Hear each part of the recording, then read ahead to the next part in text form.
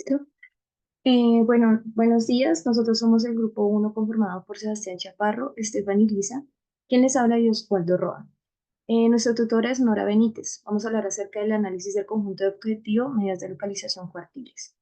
En el índice general tenemos la caracterización del segundo objetivo, la contribución a las expectativas del nivel superior, la coherencia de los objetivos con el análisis de contenido, la adaptación de los objetivos al contexto y por último la revisión de las expectativas de aprendizaje.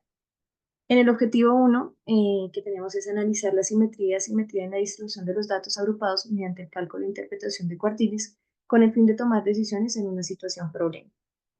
En cuanto al grafo de capacidades de la tarea 1.1, nos dan un contexto relacionado con los estudiantes y el emprendimiento en las ventas de un producto que están, bueno, de un producto que están creando. La pregunta relacionada con esto es: ¿qué decisión tomarías a partir del análisis de la distribución de las ventas para optimizar la producción y mejorar las estrategias de marketing? Justifica la decisión que tomaste. Inicialmente, pues a ellos les brindan una tabla de frecuencias para llegar a realizar los cálculos. Entonces, en la capacidad uno tenemos que ellos tienen que analizar el contexto del problema y en la capacidad 10, C18 ellos tienen que interpretar la tabla de frecuencias. Posteriormente, hasta la capacidad 21, ellos tienen que determinar la exposición y el cálculo de los cuartiles. Aquí podemos observar que hay una capacidad de decisión, que es la capacidad 29, en la cual ellos deciden si lo hacen por la fórmula de simetría o asimetría o si le hacen por el método gráfico. Inicialmente, pues ellos lo deciden hacer por el método por la representación simbólica, por el sistema de representación simbólico, en la cual pues ellos tienen que reemplazar los cuartiles en las fórmulas de simetría y asimetría y determinar los límites inferiores y superiores para verificar los datos atípicos que están dentro de este análisis. Finalmente, en la capacidad 22 y 23, ellos concluyen su análisis diciendo si la distribución es simétrica o asimétrica y justifican las decisiones que toman.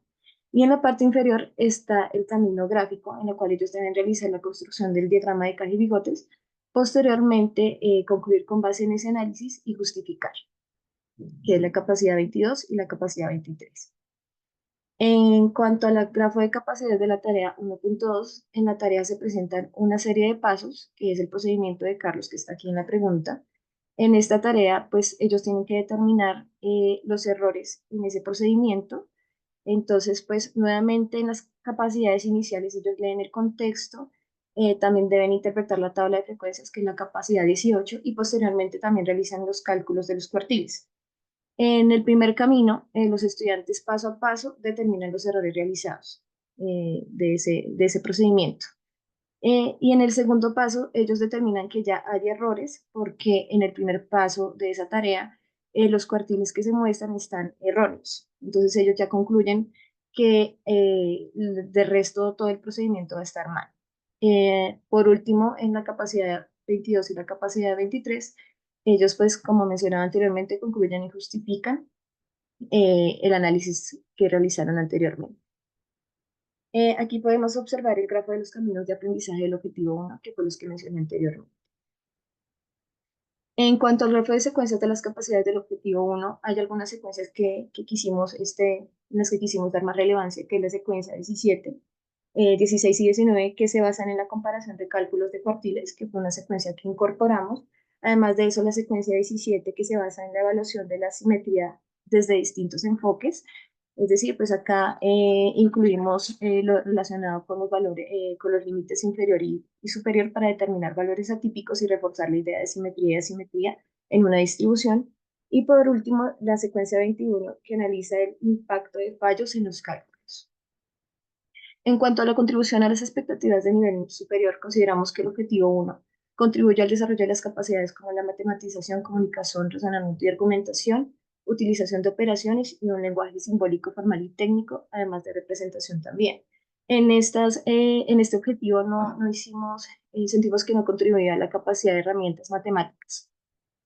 Además de eso, también consideramos que contribuye a los procesos de formular, emplear, interpretar y evaluar.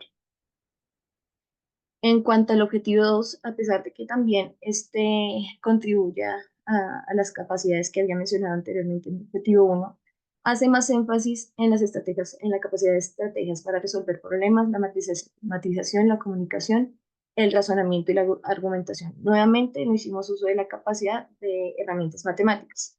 Y de igual forma se evidencian los procesos de formular, emplear, interpretar y evaluar que están relacionados a estas capacidades. En cuanto a la coherencia de los objetivos con el análisis de contenido, pues consideramos que se abordan los conceptos fundamentales establecidos. Por ejemplo, en cuanto a los sistemas de representación, hicimos uso de todos los sistemas de representación, excepto el sistema de representación ejecutable. Eh, Además de eso, promovemos el empleo de cada uno de los procedimientos que también estaban incluidos allí en el análisis de contenido. Además, también incluimos las subestructuras que habíamos planteado y los contextos fenomenológicos en este análisis.